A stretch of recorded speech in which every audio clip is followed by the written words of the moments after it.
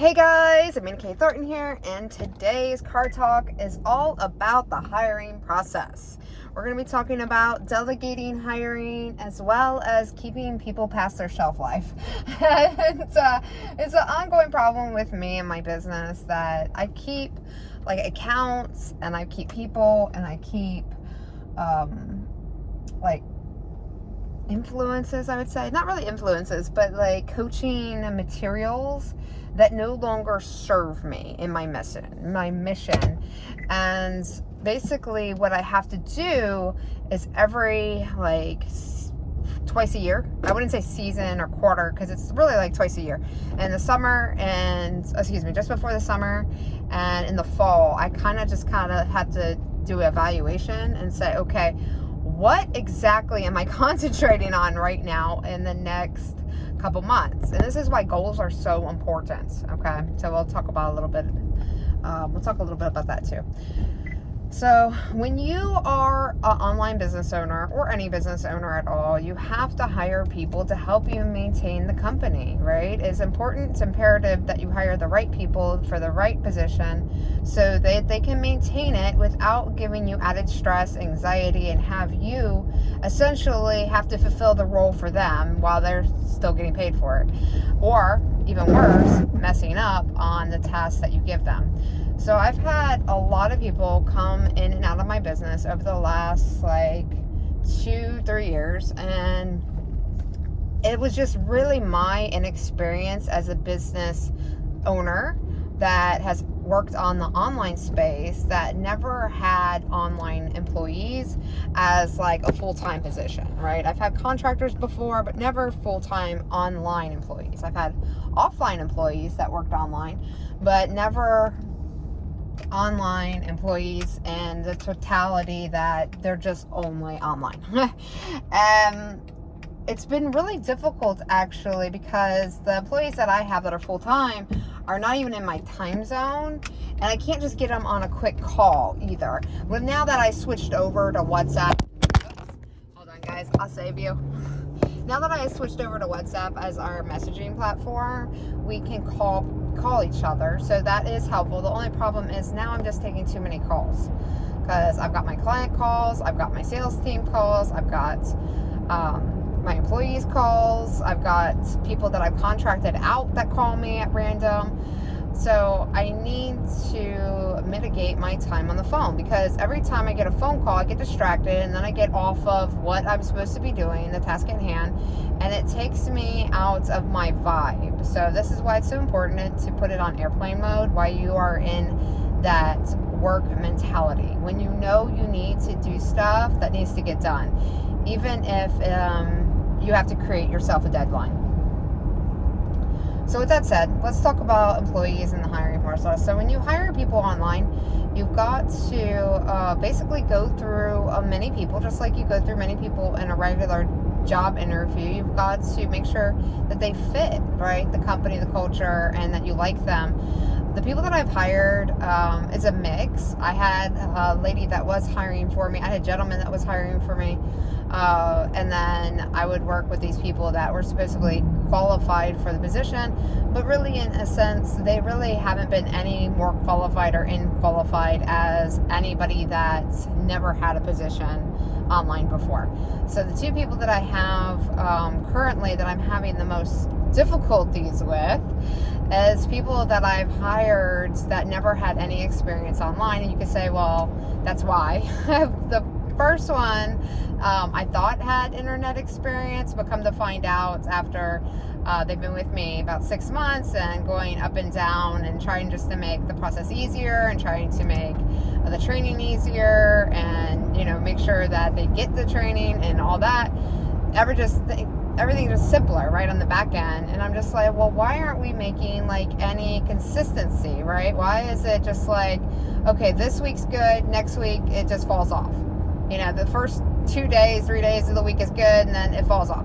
And some of that has to do with, okay, so the guy that was supposed to do some side work for us. I'm not going to go into all the details, but basically he was supposed to do some side work for us, and he lost his computer. It ended up becoming corrupted, so we had to get another one. So that put that position that this other guy was doing in jeopardy, because now he doesn't have like work per se to do, but he could have been doing other things in his position. He could have took more training. He could have been looking at what his progress has been up so far and what has been working and what it hasn't.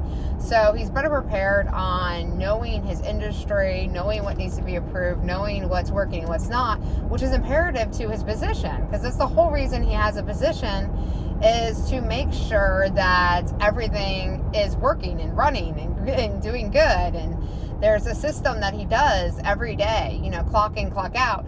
And just because he doesn't have some things that could further his work week, right, because now they're on delay, doesn't mean that he doesn't have all these other responsibilities. So like him and the other gentleman that I've hired that is very new to just being an online employee and doing online things, they are doing what they need to be doing in that capacity, but they lack consistency. And I'm always constantly following up and saying, did this get done? Did that get done? Where is this at? Didn't I ask you for this? What happened to that? And it should be a lot of stuff addressed first thing in the morning, right? So if there's an issue or a problem, then it should be addressed first thing in the morning so everybody can go about their workday. It's just not. It's just not. And so what ends up happening is I find out about it like during the day, because I'm just like, during my workday, and I'm just like, okay, well, how's that going, or how's that doing, or what's, and then they're like, well, I didn't get XYZ, or I'm still waiting on this, or I can't do it because of this. And I'm just like, well, why didn't you bring that up this morning? Because I currently don't have time to do it, and I've got other people that you just don't see because they're not in your department. So I've got like 6 different chat rooms going on during the day. I check in at everybody first thing in the morning, and all the contractors and clients, and just make sure that I know what I'm doing, and I set my goals for the day. And then everything's supposed to be like addressed within the first like 30 minutes to an hour at the most on, okay, is anybody having any difficulties? Does everybody know what they're doing for that day? Maybe if there's something coming up for that week that needs to be addressed.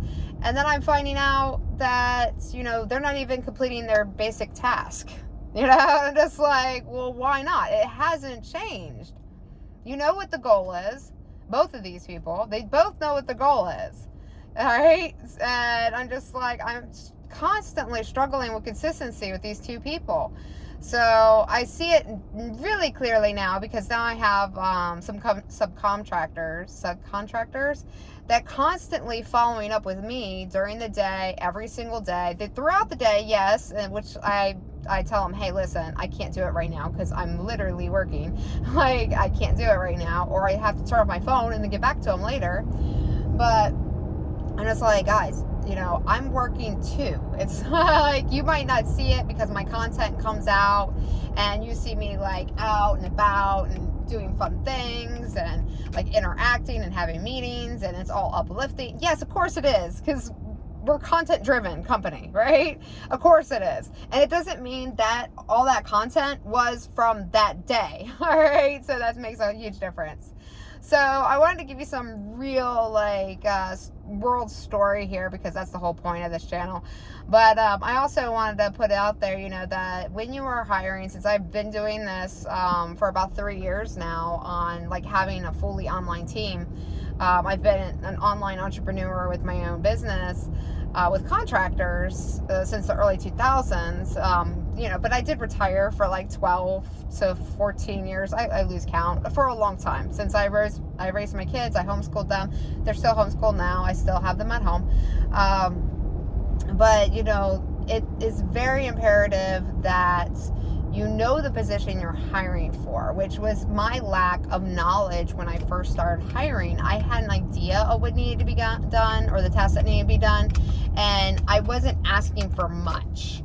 And since I wasn't very familiar with it, when people were coming in for the job interview process And I'm just really looking at personalities and not so much on like, okay, portfolio performance and all that other stuff, that I would give them basic tasks and thinking, okay, well, that was all that was involved, until I took more training, until I understood the position better, that I couldn't fully give them more responsibility. So then as they evolved in the company, as they got older with the company and I've got more skilled, I'm like, hey, listen, you're not even close to being up to par, because you're not even doing any of this stuff. And this is like basic stuff for your position, come to find out, because, you know, all these other people are getting it done. And that's actually like why we are having so much difficulties, because you're not like tracking or taking reports or anything like that.